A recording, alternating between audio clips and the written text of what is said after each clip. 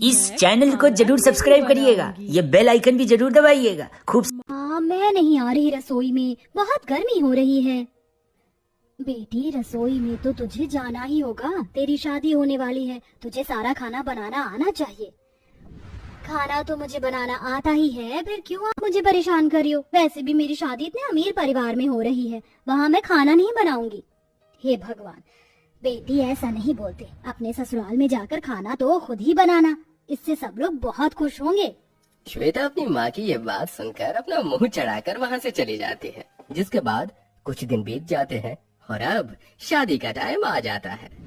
आखिरकार वो दिन आ ही गया जब मेरी शादी एक अमीर परिवार में होने जा रही है। वहाँ मुझे कोई काम नहीं करने होंगे। श्वेता अपने कमरे में शादी के लिए तैयार हो रही थी, तभी उसकी माँ जाकर उससे कहती है, बेटी जल्दी से तैयार हो जाओ, बारात आ गई है। बस माँ, मैं तैयार हो गई हूँ, थोड़ी ही देर में आती हूँ।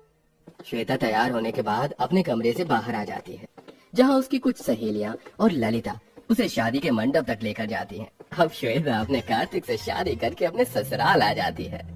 आओ बहू, आ जाओ, तुम्हारा इस घर में स्वागत है। घर के अंदर गृह प्रवेश करते ही जब श्वेता अपने अमीर ससुराल को देखती है तो उसे बहुत खुशी होती है।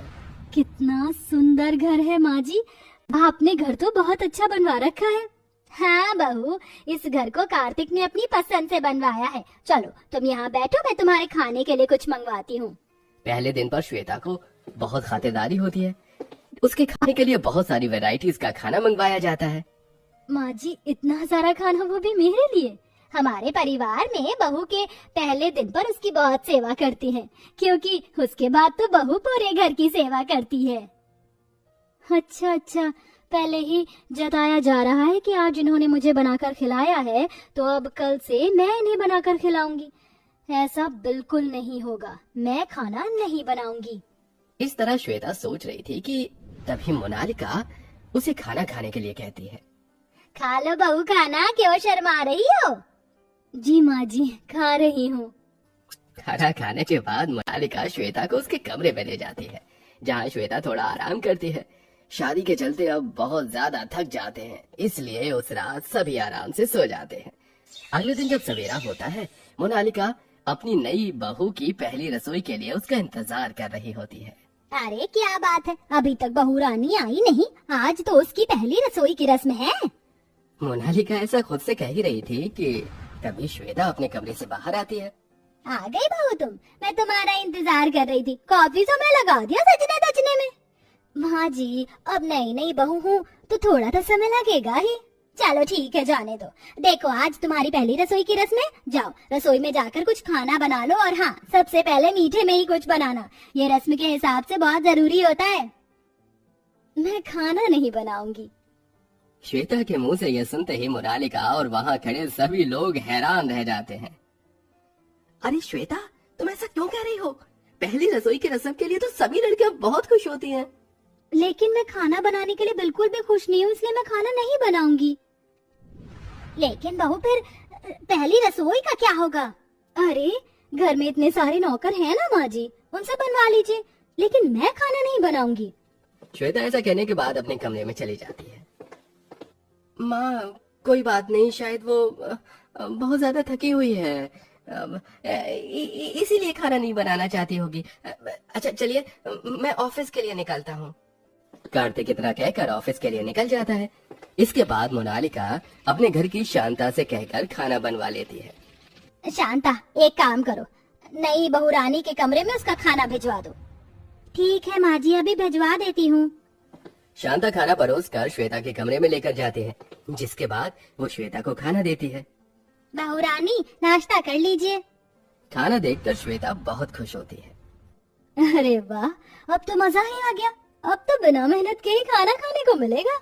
श्वेता को ये कहते हुए शांता सुनती है तो उसे थोड़ा अजीब लगता है, तो वो श्वेता से पूछती है। बहू रानी, बुरा ना मानो तो एक बात पूछ सकती हूँ? हाँ हाँ पूछो। आप खाना क्यों नहीं बनाना चाहती हो? क्योंकि बचपन में जहाँ मेरी खेलने कूदने की उम्र थी वहाँ मेरे हाथों में चूल्हा चौका लग गया था। मेरी माँ को पैरालाइज हुआ था और मुझे ही खाना बनाना पड़ता था।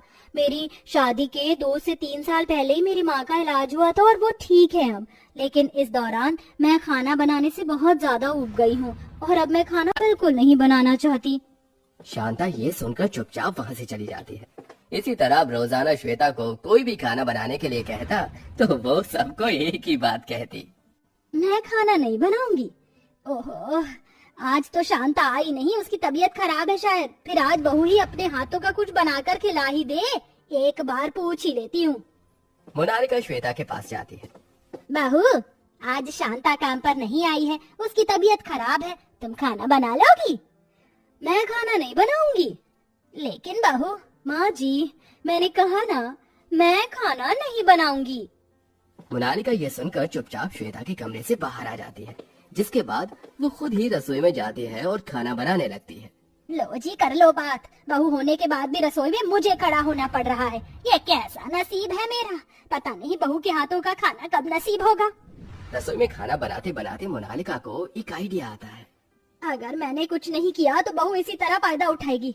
एक काम करती हूँ, बहू को घर में अकेला छोड़ देती हूँ 2 दिन के लिए। कार्तिक के साथ अपनी बहन के घर होकर आती हूँ। मोनालिका ऐसा सोचकर अपने बेटे को मना लेती है और उसे अपने साथ अपनी बहन के घर ले जाती है। अब घर में श्वेता अकेली रह जाती है। अरे, आज घर में एक भी नौकर नहीं आया, अब खाना कौन बनाएगा? माँ जी भी नहीं है, कार्तिक जी भी माँ जी के साथ ही गए हुए हैं। सुबह का वक्त होता है। श्वेता को भूख लगने लगती है। वो रसोई में जाती है और यहाँ वहाँ देखने लगती है। अरे, बहुत जोर से भूख लग रही है, खाने को भी कुछ नहीं है, अब मैं क्या करूँ? श्वेता को खाने को कुछ नहीं मिलता। वो चुपचाप वापस अपने कमरे में आ जाती है। सुबह से दोपहर हो जाती है, उसे फिर से भूख लगने लगती है। मुझे तो भूख लग रही है, रसोई में जाती हूँ। श्वेता रसोई में जाती है। अब मैं क्या करूँ? खाना तो है ही नहीं, अपने लिए क्या बनाऊँ? श्वेता अपने लिए खाना बनाने की कोशिश करती है, लेकिन खाना तो बनाना बहुत दूर की बात। वो रसोई में गैस जलाना भी भूल चुकी थी। इतने समय से मैंने कुछ बनाया ही नहीं, मैं तो खाना बनाना ही भूल गई। अब क्या बनाऊं, कैसे बनाऊं, कुछ समझ नहीं आ रहा। श्वेता दोपहर में फिर से रसोई से वापस अपने कमरे में आ जाती है और सो जाती है। शाम को जब वो उठती है तो उसको बहुत तेज भूख लगती है और फिर से रसोई में वो जाती है। लेकिन हर बार की तरह इस बार भी वो कुछ नहीं बना पाती, जिसके चलते वो भूख के मारे वहीं बेहोश हो जाती है। उसी वक्त कार्तिक और मोनालिका घर लौट आते हैं। अरे बहू बहू बहू, ये क्या? ये तो बेहोश हो गई, जल्दी से इसे डॉक्टर के पास लेकर चलते हैं।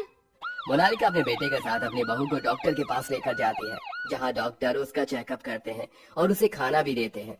इसी के चलते श्वेता को अपनी गलती का एहसास होता है और वो अपनी सास से कहती है, माँ जी, मुझे माफ कर दो, मैं हमेशा यही कहती रह गई कि मुझे खाना नहीं बनाना, और इसी के चलते मैं खाना बनाना ही भूल गई।